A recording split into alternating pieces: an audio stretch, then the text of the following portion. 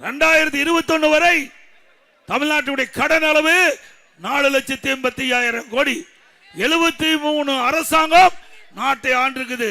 தமிழகத்தை 73 அரசாங்கம் நாட்டை ஆண்டிருக்குது. அந்த 73 அரசாங்கமும் 2021 வாங்கி கடன் 4,85,000. 2021 2025 வரை திராவிட முன்னேற்ற கழக அரசு வாங்கி கடன் 5 லட்சம் கோடி.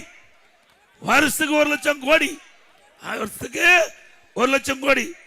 73 ஆண்டு காலம் வாங்கிய கடன் 4,85,000.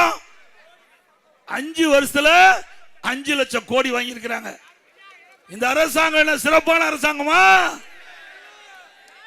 நம்ம எல்லாம் கடன்காரனாக்கிட்டார்.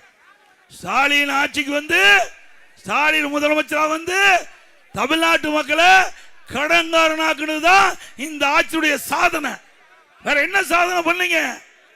எதுவுமே இல்ல. எப்பொழுது பார்த்தாலும் பேசுறார் ஸ்டாலின். இந்தியாவுக்கு தமிழ்நாடு ஒரு முதன்மையான மாநிலம். எதுல முதன்மையான மாநிலம்? ஊழல் செய்வதிலே முதன்மையான மாநிலம். இந்தியாவிலேயே கடன் வாங்குதல முதல் மாநிலம். இந்தியாவிலேயே கடன் வாங்கல முதல் மாநிலம். இப்படிப்பட்ட அரசாங்கம் தேவையா?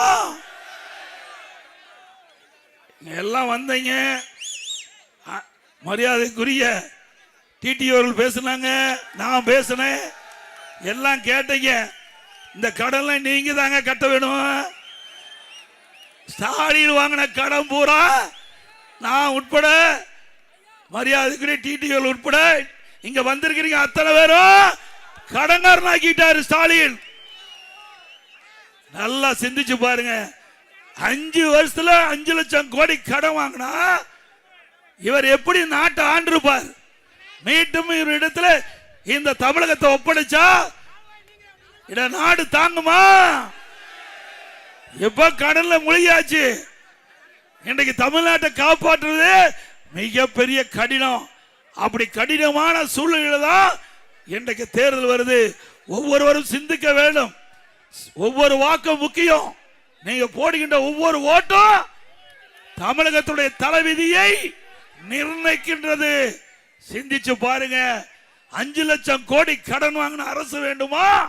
திறமையான செயல்பட்ட அரசாங்கம் தேவையா? வருமானமே இல்லாம ஆட்சி செய்த அரசாங்கம் அதிமுக அரசாங்கம். கடனை வாங்கி நாட்டு மக்களை கடன்காரனாக்குன அரசாங்கம் திமுக அரசாங்கம்.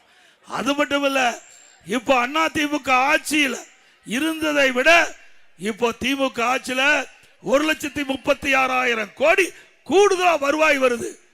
கூடுதலா வருவாய் வந்து எதற்கு கடன் வாங்குறீங்க?